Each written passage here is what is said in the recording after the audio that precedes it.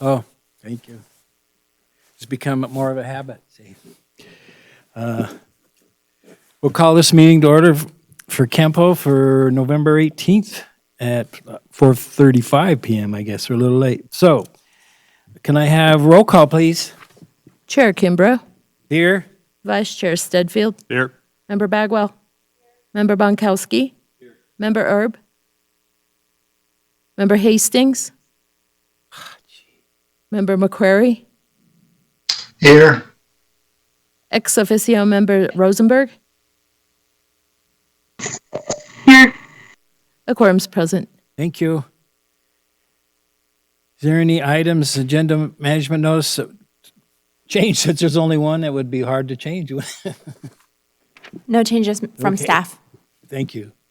Any disclosures for tonight's agenda?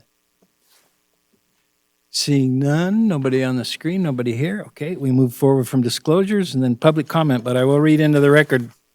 Although CAMPO often provides an opportunity for additional public comment during each specific item designated, which is only one tonight, for possible action agenda, public comment will be temporarily limited to the beginning of the agenda before any action is taken. And again, at the end of, before adjournment.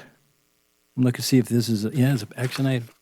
This policy will remain effective during the period of time the state of Nevada is under the state of emergency is declared by the governor due to the COVID-19 pandemic. It is intended to achieve the efficient conduct of meetings while facilitating public participation via video conference and telephonic means.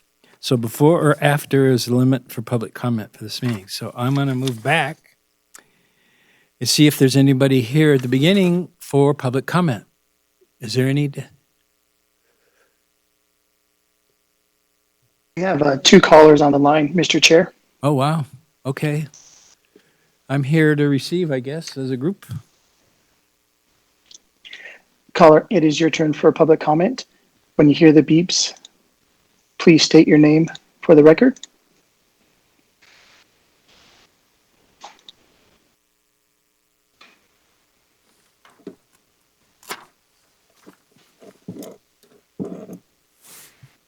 Callers, it is time for public comment. Please state your names for the record.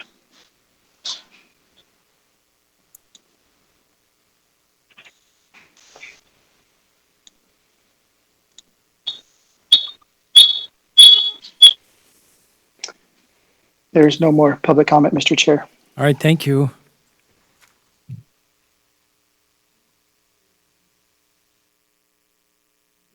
Oh, we'll find out, I guess, when it's, hopefully not, as we fight through the video era. Okay, so we're going to call, approval of the minutes for the last meeting, October 14th, 2020. Any comments, or could I have a motion, please? I move to approve the minutes of the Carson Area Metropolitan Planning Organization for October 14th, 2020 as presented. Thank you. Second. Who's second? Greg? Okay, thank you. All right, any discussion? Okay, something left out? Nope. Call for the question. All in favor, say aye. Aye. Opposed? Aye. Opposed? Abstain? We're okay. Thank you. Next on the agenda. This is a public meeting, item 6A, for possible action, discussion, and possible action regarding the distribution and schedule of the Surface Transportation Program block grant funds between Carson City, Douglas County, and Lyon County, the 3 member agencies of the Carson Area Metropolitan Planning Organization, CAMPO. Lucia. Thank you, Mr. Chair.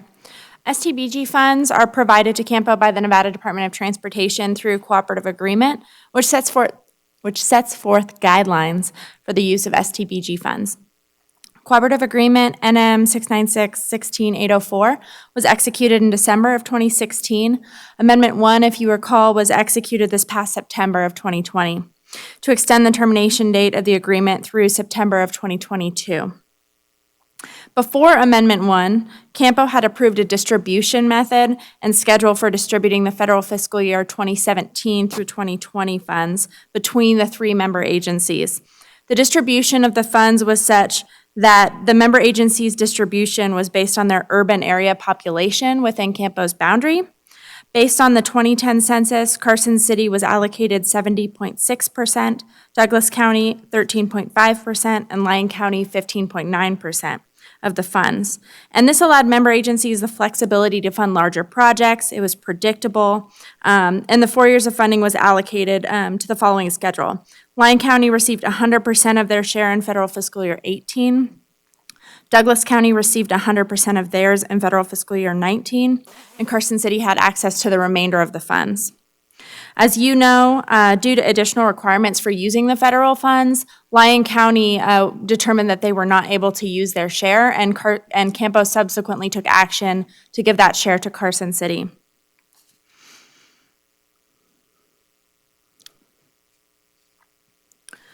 Due to the extension of the amendment, we have 2 years of funding that's now available to the partner jurisdictions. Table 1 in the staff report shows how the funding has been distributed from 2017 to 2020 across the member agencies. CAMPO staff did approach the local member staff to inquire as to whether there was funding available. In particular, we put in calls and emails to Lyon County. Those calls and emails went unanswered. We also spoke with Douglas County staff, and they didn't have a specific project that had available local match at the time where staff could recommend in this staff report to give those funds to Douglas County. Likewise, Carson City doesn't have a specific project at the moment or at the time the staff report was drafted to put in here. Consequently, staff recommends that the CAMPO board direct staff to distribute the federal fiscal year 21 and 22 funds through a call for projects. So what would this look like? So if approved today or at a future action, staff would put out a call for projects.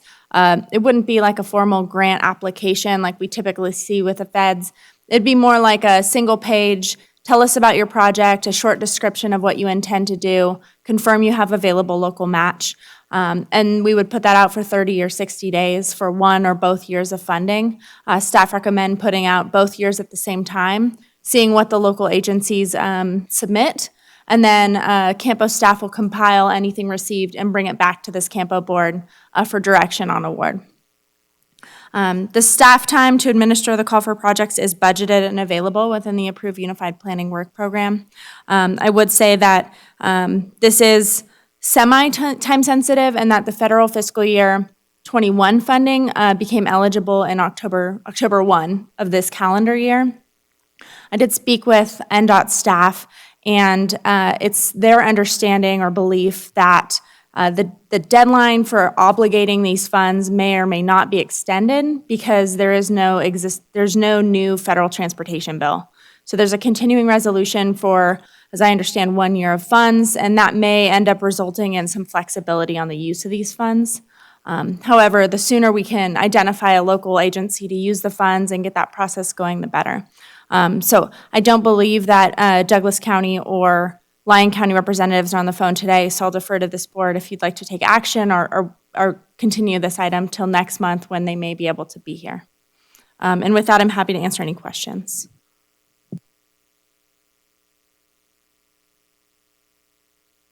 Just a comment. I think since there are no representatives for Lyon County or Douglas County on the line, I do think that we should take action today, and I have no objections to following the staff recommendation to put out a call for projects.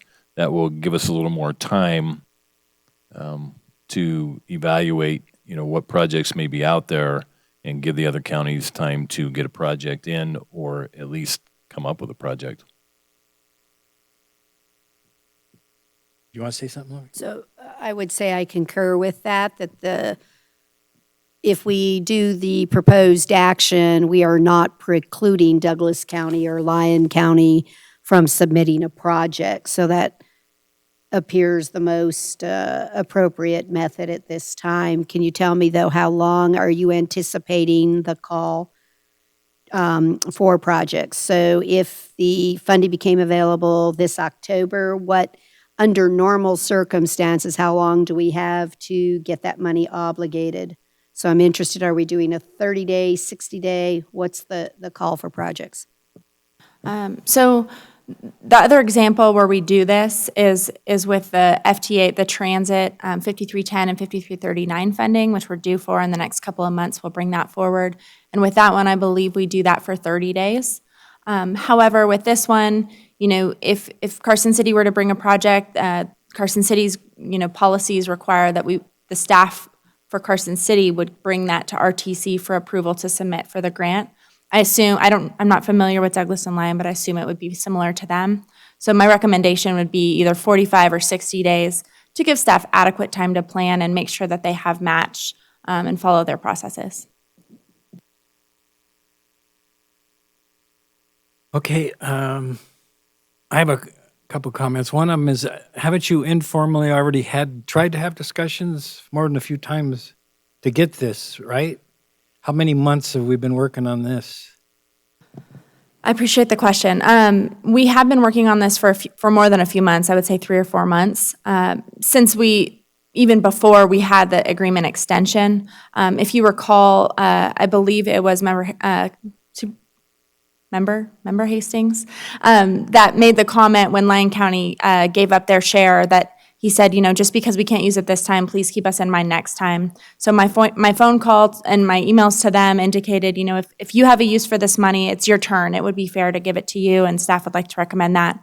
Like I said, we haven't heard. I then had a subsequent discussion with John Erb for Douglas County as well as their public works director and said, if Lyon can't use it, you're next on the list. Can you use it? And so we have had these discussions, to answer your question directly, and gas tax revenues are down due to COVID, and so Carson City's in the same spot. It's just we need to be really careful with how we spend our gas tax and take our time to make sure it's the right project.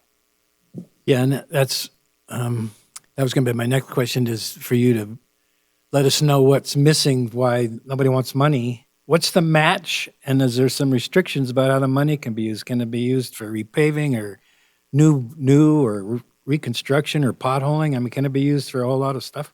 That's a great question. So STBG is one of the most flexible funding sources, so we could use it not just for roadways or sidewalks, but it can also even be used for, signal timing or even planning initiatives if we wanted to use it for a corridor study for William Street, for example. So it is very flexible with a broad range, and it only requires a 5% local match. So it's a great funding source.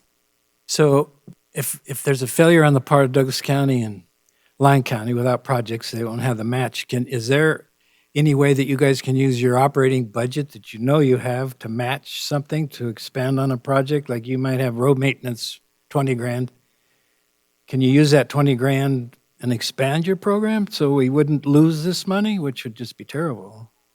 Staff will figure out a way to use the funding. So if they do, if we have this call, who's going to initiate that and make that known to Douglas and Lyon County? Is it? Should we be directed to pursue this distribution method? Staff are looking to, CAMPO staff, so mainly led by Dirk, would be prepared to pretty immediately reach out to the partner agencies with a formal call for projects with a deadline and information. Like I said, we want to keep this formal and official, but also level of effort being low. A small description of the project, maybe a map and a commitment, a local match. But one page, I mean, that's a lot of transparency that you need, that we're making every effort to make sure, and it's nothing against them if they don't have the money. This just formalizes their no. And then if Carson City can fill the gap, that would be wonderful, instead of that's a lot of money for. The goal is to give you, the CAMPO board, enough information to direct those funds for the 2 years in a fair and transparent way.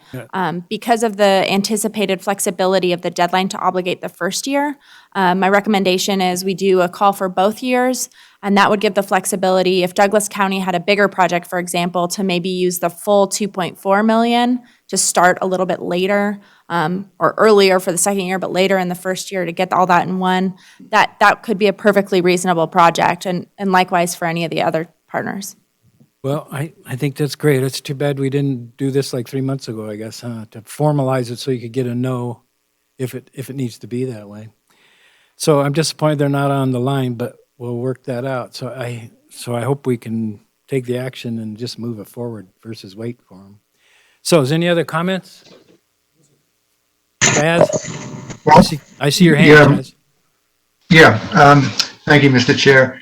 I agree with what other board or commission members have said regarding the project call for projects.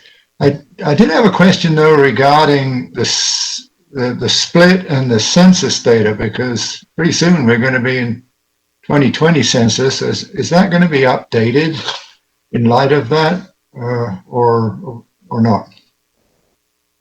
That's a great question. So part of what we were told by NDOT staff when we extended the agreement for 2 years was that we would kind of wait until the next census comes out and then look at the distribution again. If you recall from the original agreement back in 2016, this funding is it's STBG, but it's specifically from the feds for areas with population of 5 to 200,000. So we're in that category of 5 to 200,000 along with Elko and some other areas.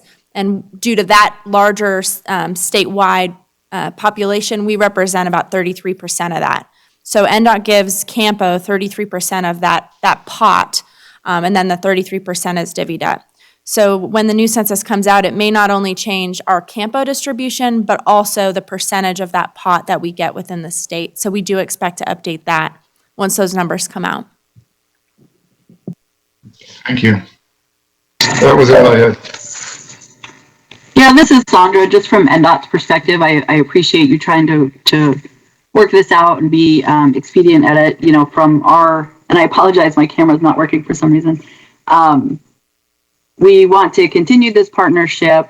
We do need to make sure the funds are spent. So we appreciate the flexibility. We do anticipate, you know, continuing this if we can. We'll update the numbers as appropriate. We do have some flexibility, but we also have to, you know, defend that distribution.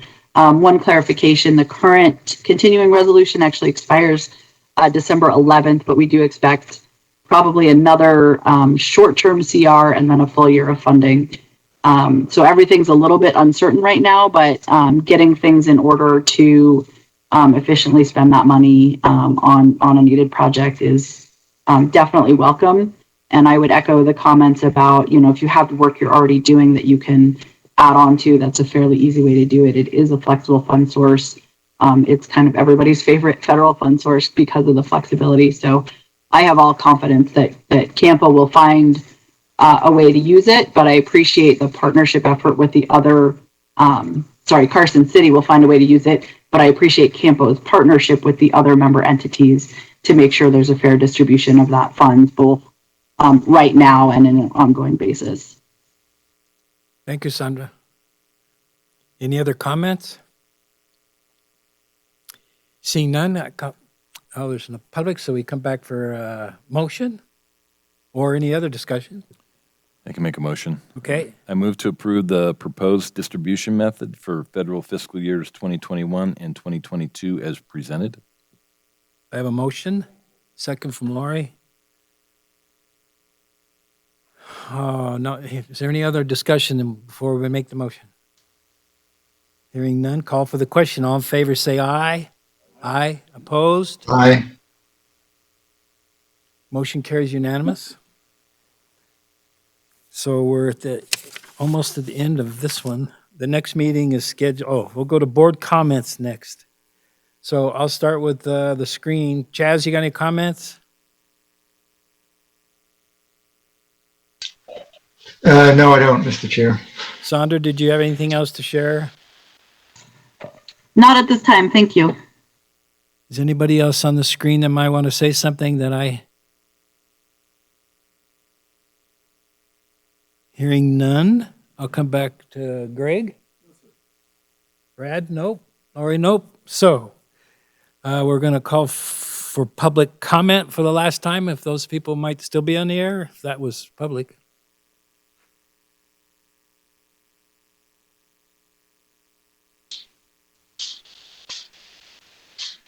I see no further public Thank comment, you. Mr. Chair. Thank you.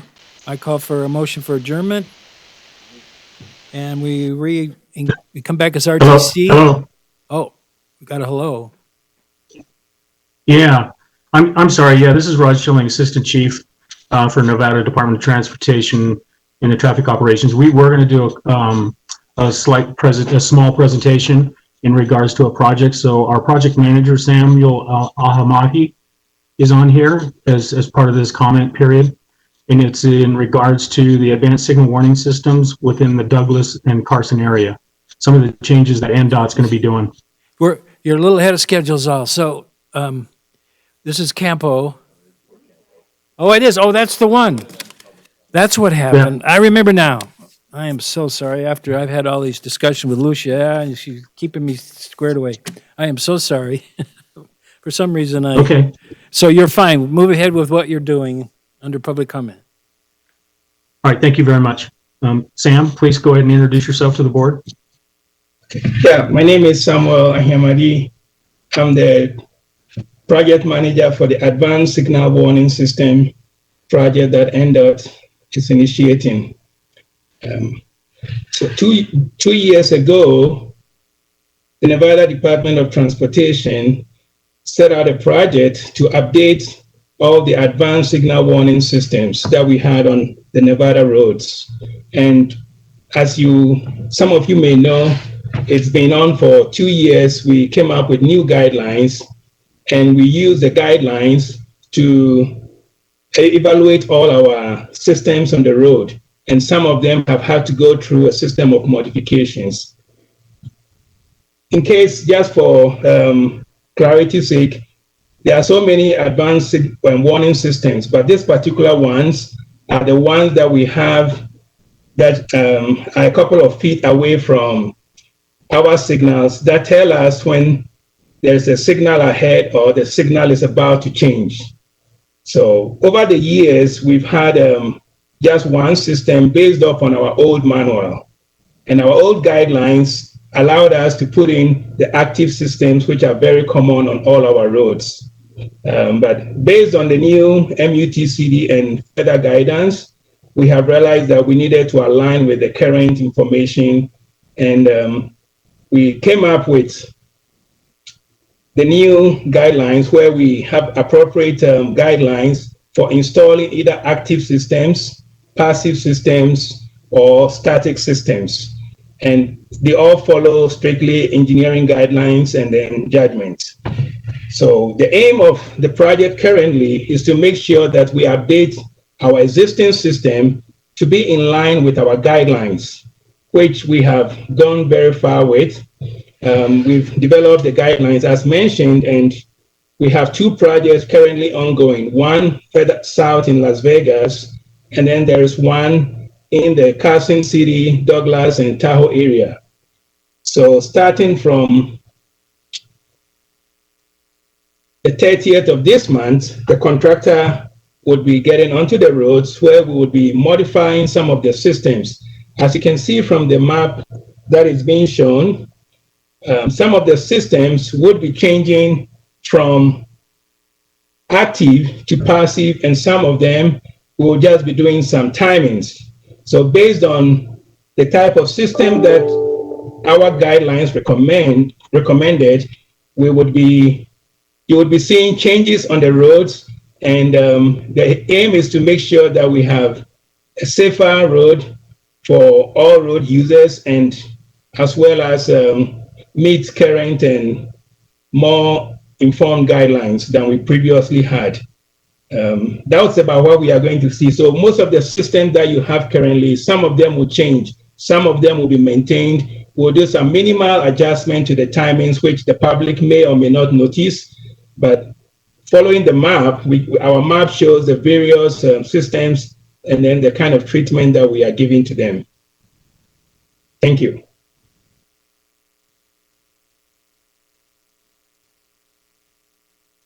Push the green. Thank you. Are we under public comment? We can't respond or take action, but we listen at this point. So, yeah, I thought it was becoming at the beginning of the meeting. I got confused and lost here. So now, since the meeting's more formally over, I can call for adjournment. So moved. And RTC will take at 5? Okay, I figured it'd be a short fuse. Thank you.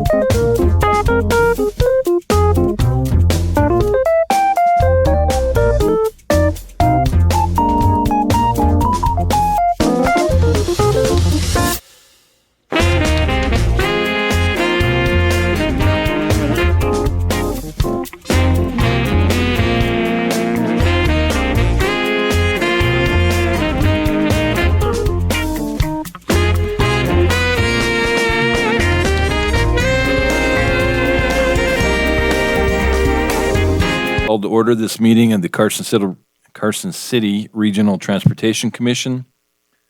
Today is November 18th.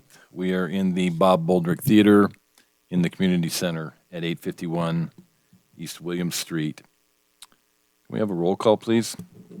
Chair Bonkowski, Here. Vice Chair Kimbrough, Here. Commissioner Bagwell, Commissioner McQuarrie, Commissioner Stedfield. Here. A quorum's present. Thank you.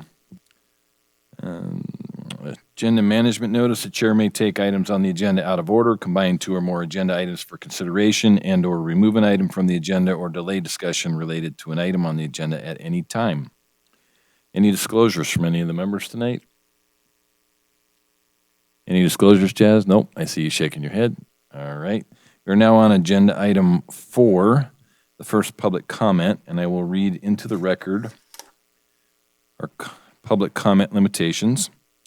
Although the Regional Transportation Commission often provides an opportunity for additional public comment during each specific item designated for possible action on the agenda, public comment will be temporarily limited to the beginning of the agenda before any action is taken, and again at the end before adjournment. This policy will remain effective during the period of time the state of Nevada is under a state of emergency, as declared by the governor due to the COVID-19 pandemic, and is intended to achieve the efficient conduct of meetings while facilitating public participation via video conference, and telephonic means. Desi, is there anybody on the line for public comment? I see no public comment on the line, Mr. Chair. Thank you.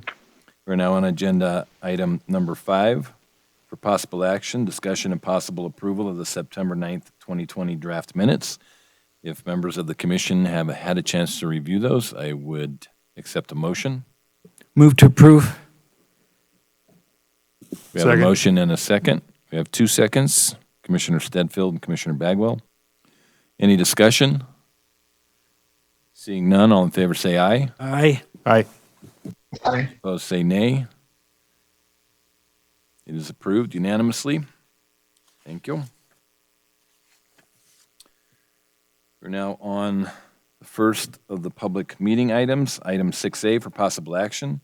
Discussion and possible action regarding a community development block grant application by the Public Works Department seeking $150,000 for sidewalk and Americans with Disability Act improvements at intersections along Desatoya Drive between Airport Road and Fairview Drive.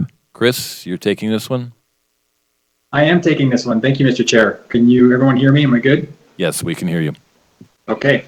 Chris Martinovich, Transportation Engineer for the record. So upon approval of this item, this would be seeking permission to submit an application for a community development block grant in the amount of $150,000 for select intersection improvements along Desatoya Drive. I'll note real quick that community development block grants do not require any local match. So the Desatoya Drive project was identified as a project for potential CDBG funding for a number of reasons. First of which was its proximity to Empire Elementary School. And so Empire Elementary was identified through the Safe Routes to School Master Plan as the school having the highest amount of pedestrians walking to the school. The Desatoya Drive area is also located in an area where there's a lot of high and medium density single-family homes with low to moderate income. Desatoya Drive also has kind of a poor pavement condition, and so we're looking for grant opportunities to be able to fund ADA type improvements along the area, and so this was identified as a grant that could make those ADA improvements to a road that we otherwise may not get to. Desatoya Drive was also served by the city's Jack bus system, routes 2A and 2B, and there were 3 bus stops located along Desatoya Drive. So the improvements really focus on some select intersection improvements, like I mentioned, to curb, gutter, sidewalk, construction of ped ramps, as well as enhanced crossings, such as just putting crosswalk striping at some of the intersections. The application for the CDBG grant is due on February 12th, 2021. And I will note this is Public Works' second CDBG application, the first being the Colorado Phase 2, which was approved a couple of months ago. So with that, I'm happy to take any questions. Thank you, Mr. Chair. Any questions for Chris? Chaz, go ahead. Yeah, I'd just like to say this seems like a very worthwhile project, so I'm certainly in favor of the application. Thanks. Any questions or comments for Chris, other than that? I'd like to ask one question, if he's done. Go ahead, Mark. Chris, are there sidewalks from Desetoya down to the elementary school?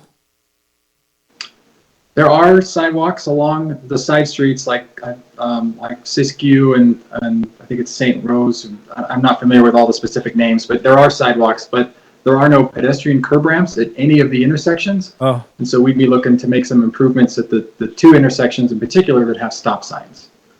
yeah, so my question is going to be, that might be $150,000 doesn't sound like a lot, so it'd be important to have the right intersections to get the kids to school safe once you got them down Desetoya. So just a comment. Thank Yes. you, Chris. Yeah. You're welcome. Any additional comments or questions? All right. Then I'll bring this back to the commission and entertain a motion. I move to approve the submission of the grant application as presented. Second? We have a motion and a second. Any discussion? Seeing and hearing none, all in favor say aye. Aye. Aye. Aye. Any opposed say nay. The vote is 5-0 to approve. We're now moving on to agenda item 6C for possible action. Discussion and possible action regarding the purchase of a jump around Carson van replacement. B, sorry, let me back up. We're on 6B. Sorry, Kelly. Just trying to jump right over you. For information only, an update regarding Western Nevada Safe Routes to Schools outreach activities and safety campaign. Go ahead, Kelly. Thank you, Mr. Chair. Can everyone hear me? Yes, we can hear you. Thank you. Lucia, I can't see the slides. There we go. Okay.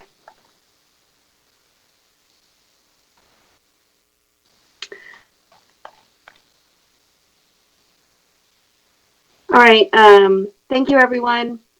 So Western Nevada Safe Routes to School started off strong this year, hiring 2 new Safe Routes to School champions for a total of 4 champions covering Carson City, Douglas, Lyon, and Story counties.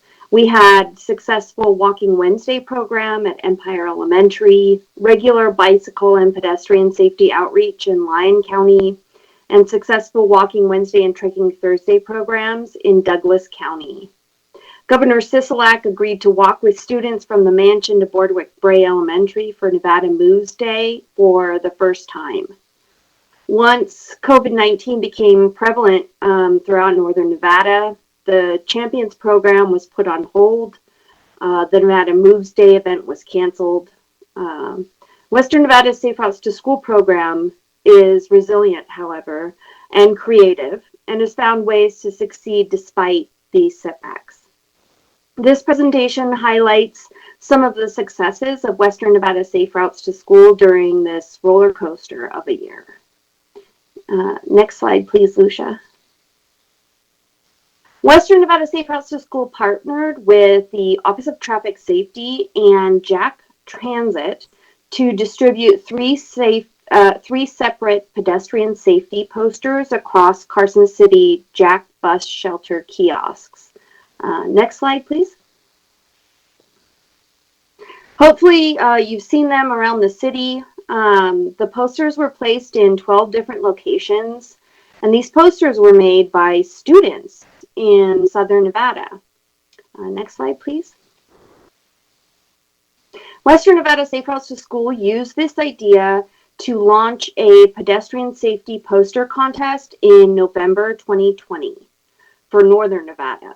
Winning posters would be displayed across Carson City, Douglas, Lyon counties to encourage safe pedestrian behavior. Next slide, please. In addition, Western Nevada Safe Routes to School developed a new safety campaign focusing on school zones. The Slow for School Zones campaign aims to educate drivers and citizens on school zone signage. This coincides with the approved expanded school zones within Carson City. The Slow for School Zones banners will be displayed on Jack Transit bus panels. Next slide, please. The Carson City Sheriff's Office is a great friend to Western Nevada Safe Routes to School. Sergeant Mike Cullen and his motor unit group have gone above and beyond to support Western Nevada Safe Routes to School latest effort to expand school zones. The Carson City Sheriff's Office motor unit is in the middle of visiting every Carson City school in person to hand out school zone safety pamphlets, give out Western Nevada Safe Routes to School giveaways, and talk to the public about safety in school zones.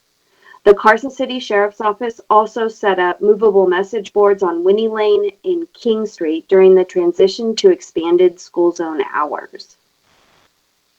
Next slide, please. The school zone standardization and extension was a complicated process taking months to plan, execute, and install. It required community outreach and coordination with multiple entities.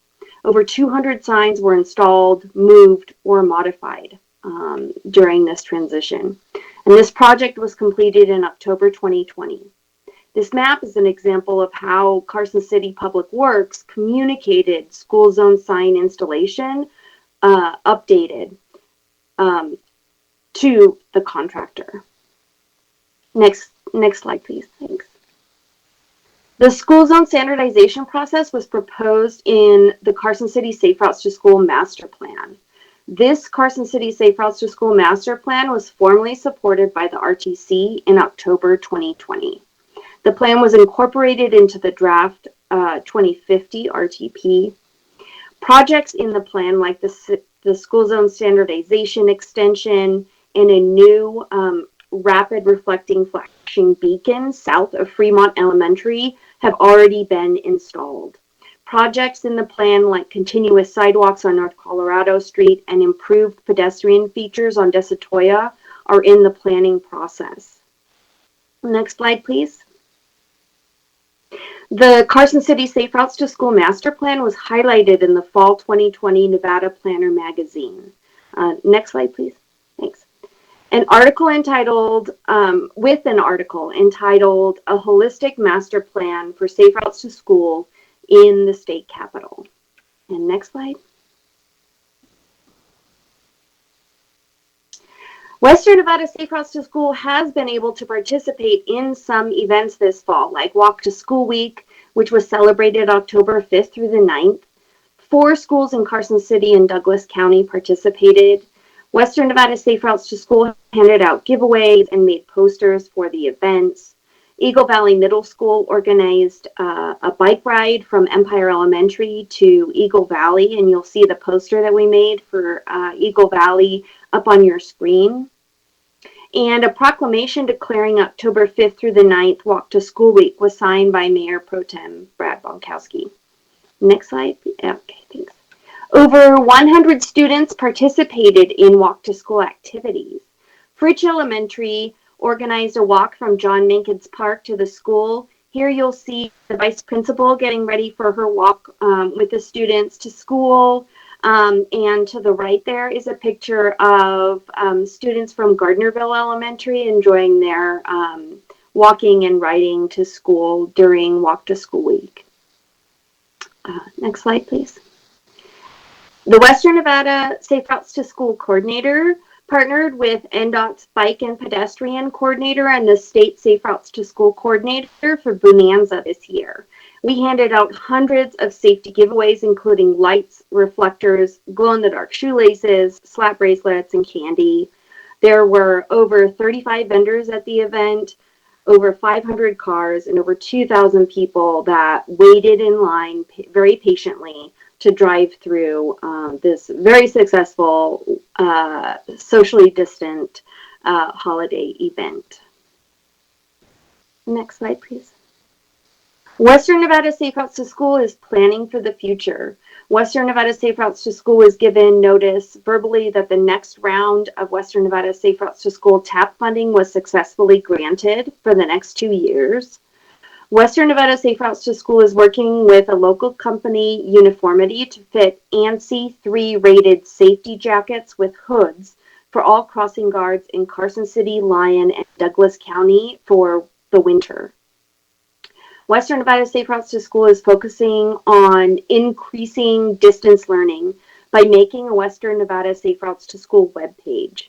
This will be a source for bicycle and pedestrian education information for teachers, the latest events, news, and the latest projects.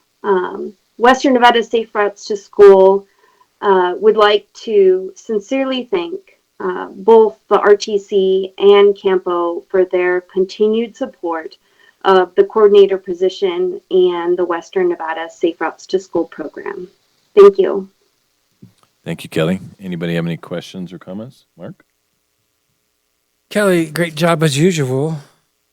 And I think part of your comment about being creative has a lot to do with you. So I want to give you accolades for that. I love this report. I hope this can happen at least quarterly, that you come in and speak to this program because it's so good. I had one question. If anybody had noticed when the buses quit running, if there were a lot more kids on the walk to school and if it created any type of problem, just out of curiosity, do you know if you've kind of looked at that? Do you remember when COVID struck the bus drivers and they had to walk to school? Yes, as a matter of fact, around that time we had some communication with a counselor at one of the schools who was renovating bikes. And she was looking for money to renovate bikes. So Safe Routes to School stepped in and helped her renovate about 15 bikes that were donated. And she gave them to middle schoolers because they to help them get to school because there were more and more kids asking for things like bikes to get to school on a bike or walking instead of taking the bus during that time. And another compliment is to put this holistic, they called it, master plan into the Planner magazine. That was a nice accolade. I hope you frame that and put it in your office down there somewhere. That was a huge compliment. And then I want to know who dressed up as a clown. Was that Dirk or Chris or on your Nevada Planner cover there? That wasn't us. I didn't think so, but I thought I'd check. You'll just have to to make ask sure. the editor. And then Bonanza, I got stuck in the middle of that. They need to find a different place to do that. That was insane. I couldn't believe that. And the kids were having a ball, hanging out of the car and yelling and screaming and running up and down. That was quite the event. I was at the golf course and couldn't get out for about 20 minutes because it was jam-packed in there. So maybe they'll find a new place to put that where logistically it'll work easier. But that was a great program. That's all I have to say. And thank you, Kelly. And I think you deserve a lot of credit for this. Good job. So my question really runs along with Bonanza. So sitting on both the Park and Rec Commission and this one, I appreciate the joint effort that was done between the two. But I'm looking for some best practices maybe for the future, that it was so successful, maybe more than we ever anticipated, that we worked to solve some of the kinks maybe that were created by the event, because I certainly saw the traffic jams, and maybe that's a good problem to have, but maybe not at 5 o'clock when people are trying to get home or coming in. So I look forward to anything both this committee or commission and the Parks and Rec Commission can do together to improve upon the great work of Bonanza. Well, hopefully that's going to be the first and last Bonanza. Oh, we'll see. I think it was so well received that we used to do Bonanza inside the community center here, where we had the kids trying to park here and run through the vendor booths, but the decorating of the cars, it was just a much better received event itself, just maybe not as executed. Anyway, we have lots we can talk about there, but I don't think we would do it again because of COVID, but it's just a great event. Right. Yeah, the vendors will have to stock up on more candy too. A lot of the vendors ran out of candy because they didn't anticipate 2,000 people. So, Chaz, do you have any questions or comments? No? Okay. Greg? Nope. Okay. Thank you, Kelly. Good work. Thank you. All right. Now we'll move on to item 6C for possible action. Discussion and possible action regarding the purchase of a jump around Carson van replacement vehicle utilizing the state of Nevada's competitive bid list and cooperative purchasing agreements through RO Bus Sales for a total not to exceed amount of $94,045.75. Lucia. Thank you, Mr. Chair. The Jack existing vehicle fleet consists of 15 rolling stock vehicles, which includes 6 cutaway buses, 8 buses, and 1 minivan. This van purchase is replacing the existing minivan and will be utilized in the provision of on-demand paratransit service. The vehicle was identified in the 2020 asset condition assessment that was presented to this board, I believe it was last month, and is included as Exhibit 2 to the staff report. The minivan has exceeded its federally defined FTA useful life for years, as well as overall condition. It has had a ton of use in revenue service, and it is just simply worn out. The existing minivan is what you would typically envision in your mind as a minivan, has a sliding door, almost like an Astro van. It is not actually the best van for provision of paratransit. It doesn't have a ramp. It's very challenging for some of our disabled riders to board that vehicle. However, it has benefits because it's so small, it can get into virtually any location in the city to pick up our passengers. The proposed vehicle is a Ram ProMaster 3500. It's a little bit bigger. It's ADA accessible and has a capacity for 6 passengers plus 3 wheelchairs. It is classified as a minivan for purposes of FTA transit asset management, but I wouldn't say that a typical person would associate this van as a quote-unquote minivan. This is, if you want to see a photo of it, it's on packet page number 33 and 34. Those give you a good idea of what we're proposing here. The city has received approval from the FTA Region 9 office to utilize the state of Nevada's contract for purchasing of these vehicles. It's not typically allowed to use federal transit funds on a joinder. So we did get pre-approval for that from our regional office. Details in that are included in the staff report. Purchase of the replacement vehicle was budgeted within the approved CARES Act grant at 100% federal share. If approved, the CARES Act grant would be utilized to reimburse the city at 100%, not to exceed $94,045.75. Happy to answer any additional questions. Any questions for Lucia? Anything, Chaz? Nope. Okay. Then I'll bring this back to the commission and accept a motion. I'll make a motion. I move to approve the purchase of a Jack van replacement vehicle as presented. We have a motion and a second. Any discussion? Hearing none, all in favor say aye. Aye. Aye. Any opposed say nay. Vote is 5-0 to approve. Thank you. Now we'll move on to item 6D for possible action. Discussion and possible action to authorize Public Works to purchase 5 ADA compliant mid-size, low-floor rolling stock buses from Creative Bus Sales, Inc. in the amount of $137,580 each for a total not to exceed amount of $687,900. Lucia. Thank you, Mr. Chair. As you know, Creative Bus Sales is the awarded vendor for our 5-year contract to purchase up to 4 vehicles per year. To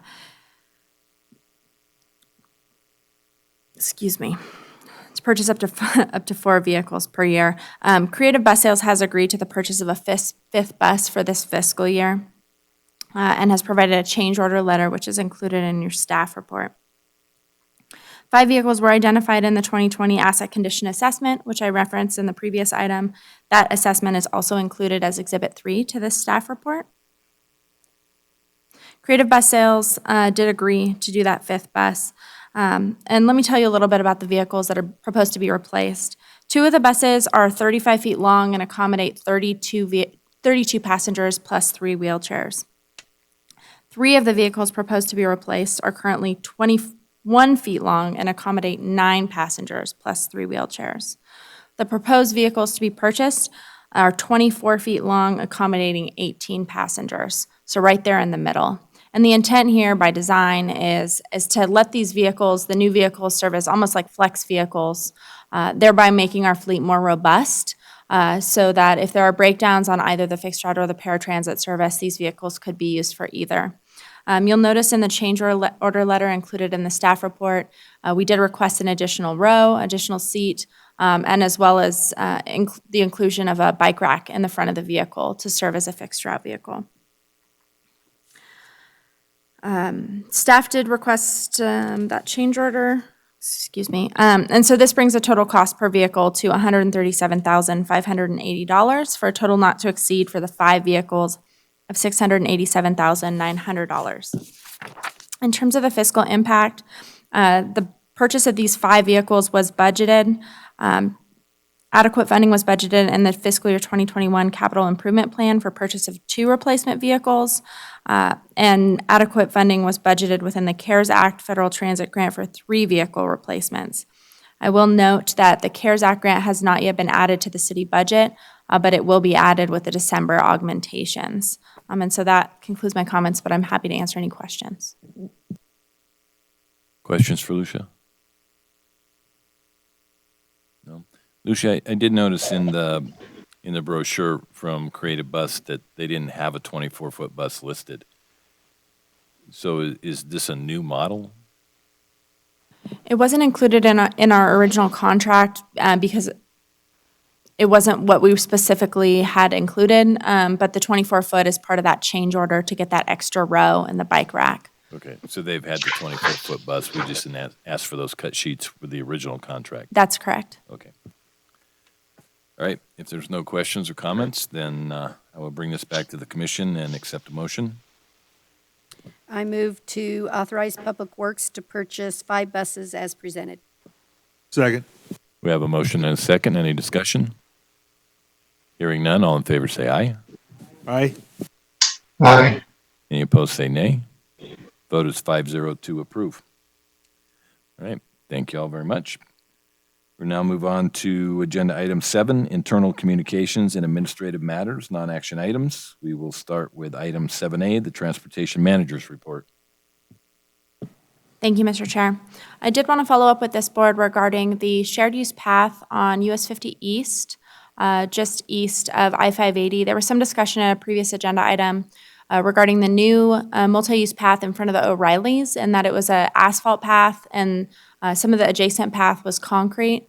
Staff have been talking with NDOT. NDOT has initiated design of a project to rehabilitate the whole stretch of that multi-use path from Lampa to Airport.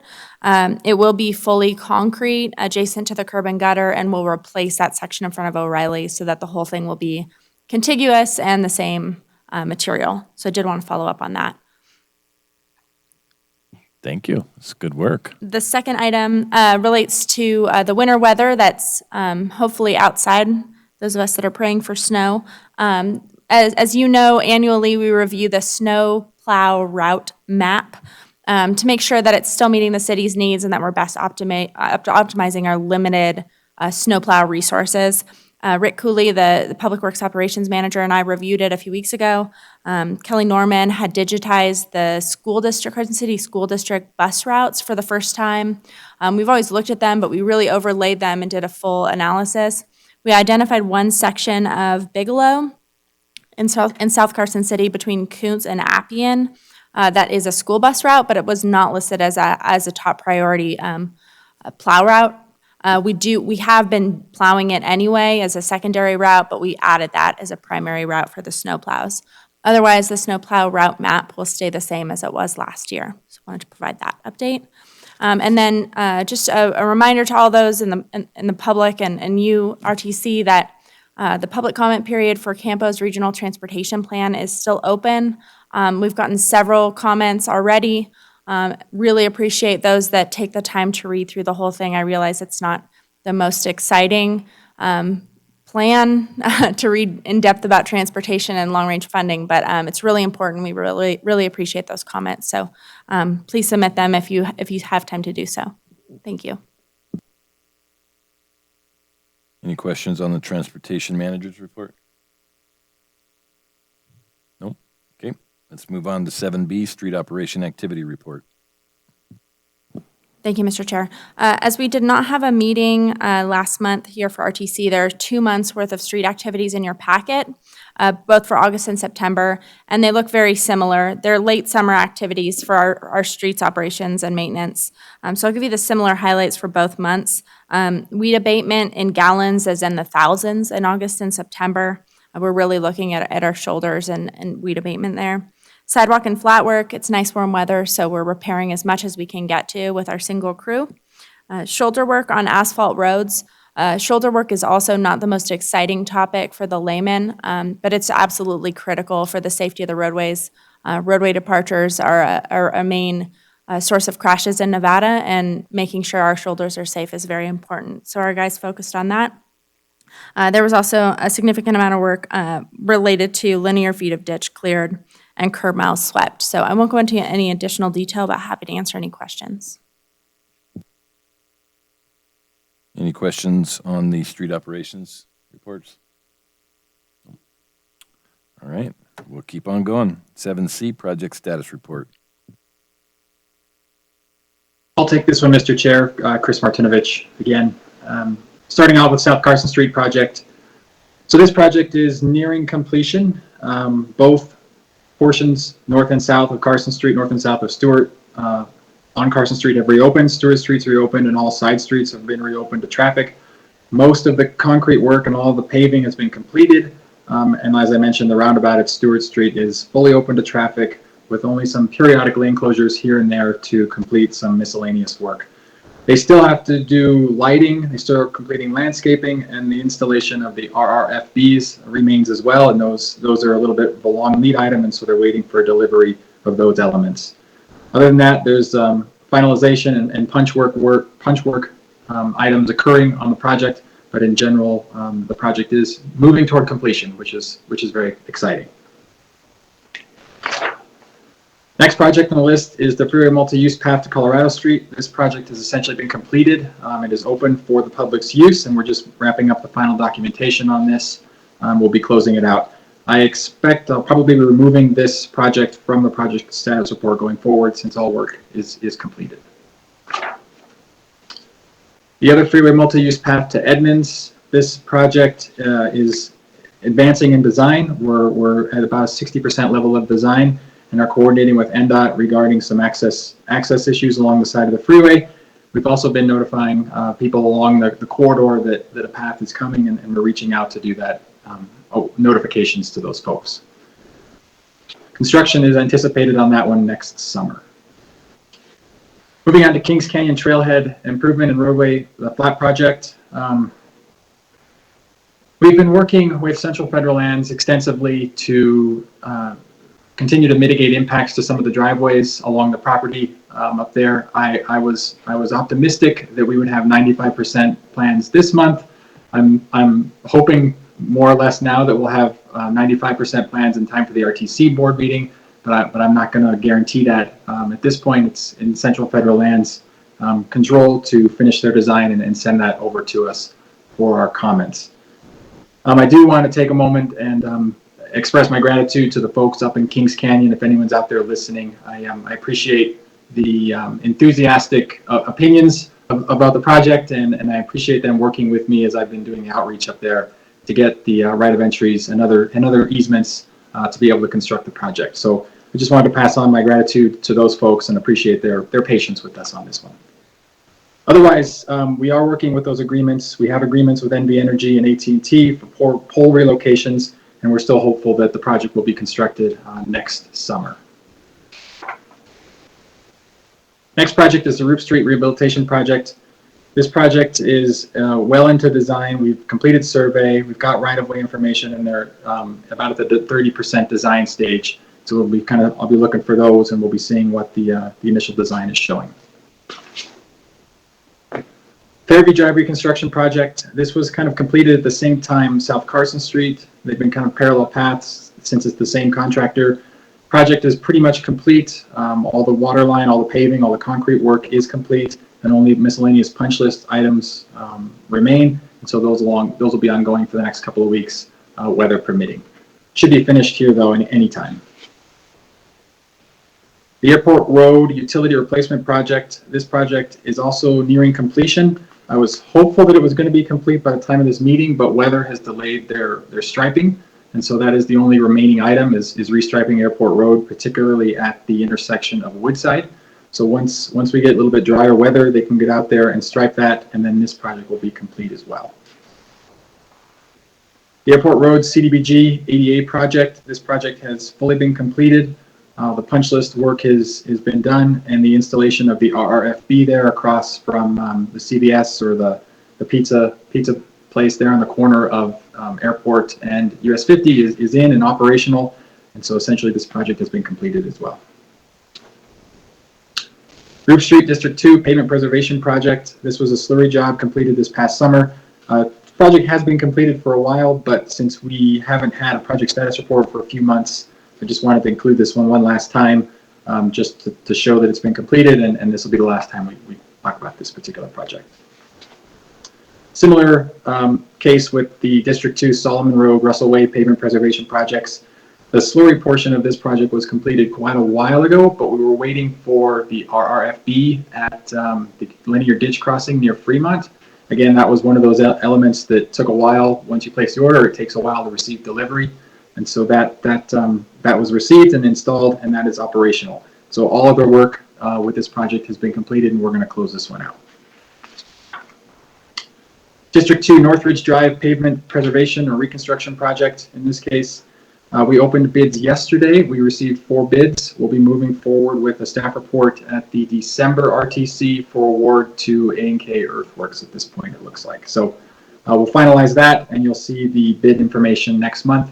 We're on schedule to construct this in the summer of 21.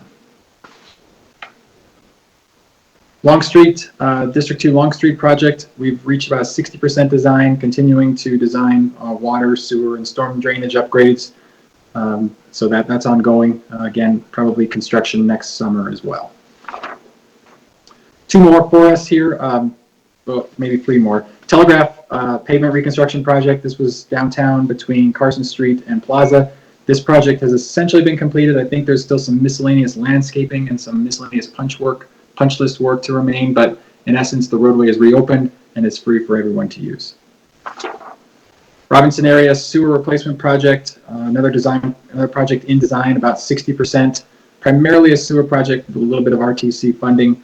They anticipate bidding at around the start of 21. I believe February was the last date they were thinking, but should be construction again next summer as well. And the last project on here is the Colorado Street CDBG project. We're currently in a public outreach phase, and so we're reaching out to get some design alternatives and develop some design concepts. We are also moving forward with geotechnical design, as well as some right-of-way investigations. So with that, I'm happy to answer any questions on any of those projects, but that concludes the project status report. Thank you. Any questions on the project status report? We'll start with Lori and then go to Mark. Hi, Chris. I just had just a clarifying question on the Colorado Street project. When is your public comment period or your reach out? When is that ending? I may have to defer to Mr. Goring on that one, but I think our primary public comment period is kind of near the end, if not already complete, but I think we'll always accept public comment.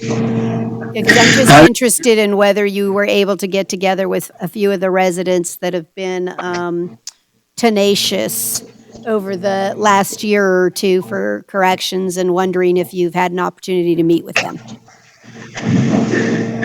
Chris's comment is correct. The public comment period is officially over, but we are still reaching out to people, and people are still reaching out to us. I had a meeting with 1 or 2 gentlemen last week, and then I'm also meeting someone tomorrow. So we're still actively involved in the public, comment period right now, despite, what the deadline that we gave folks. Mark? I just have a general comment that for a city of 50,000 people and Lyndham staff, I would guess it's not very common to have almost, well, $19 million worth of work getting done. So I figured you guys are treading water. You might be able to take a break now after all of this, but that's quite a list of projects for the amount of staff that are in this little city here in Nevada. So good job. That's all I wanted to say. Jazz, any comments on the multi-use pass? No? All right. All right. Well, thank you, Kelly, Chris, and Dirk. We are now on agenda item number 8, board comments. We'll start over here with Greg. Any board comments? No? Mark? Lori? Back to Mark. Just one thing. I've 3 times now been out on the new bike path on Highway 50, the new section. I like it, and the roundabouts worked well with merging with traffic because you can ride just about as fast as the cars are going, so you can get through that. But I have learned one thing, that people aren't educated to the 3-foot rule. So you're going to ride to the right-hand side of that bike path unless you want people riding by your shoulder on the fog line. Just for some reason, people aren't educated when there's all those linear pathway, I guess. So they figure it's like slot cars. You just go and ignore the distance of the law of the 3-foot. But I did notice, and it's not a complaint, that some of the green paint that got down, it works. It looks good. It's a nice break at every little intersection. Has seemed to fade really quick. So hopefully that's not a problem in the future for them. Maybe that was just that day and that paint of the early stuff. The later stuff's fine still. And that's not a complaint, just an observation. But it works, and it was a nice ride. So, and nice smooth pavement. All right. Lori? Oh, Chaz, any comments? Yes, I do have one. It occurred to me after the CAMPO agenda item where we're looking for projects to spend our CBDG money, that one potential candidate would be the Tier 1 in the Safe Routes to School program, which was a lot of, and I don't know how that was intended to be funded, if there's a funding source lined up for that or not, but for $200,000+ worth of sort of Tier 1 projects, it would seem like that would be a pretty good candidate to include in a potential float ground project. Just a thought. Any thoughts on that, Lucia? I appreciate the comment. Thank you, Chaz. Right, thank you. All right. If there's no additional comments, we will move on to agenda item number 9. The next meeting for the RTC is tentatively scheduled on Wednesday, December 9th, 2020, right here in the Bob Boldrick Theater in the Community Center, and it will start immediately after the end of the Carson Area Metropolitan Planning Organization, and it will be my last RTC meeting after 6 years. So don't call in sick, Mark says. Really long meeting that day? Yeah, okay, thanks. With that, we will take our final public comment. Desi, anybody on the line for public comment? There's no final public comment, Mr. Chair. Thank you very much. We are now on agenda item number 11 for adjournment. Can I have a motion to adjourn? So moved. We are adjourned. Thank you all very much for participating.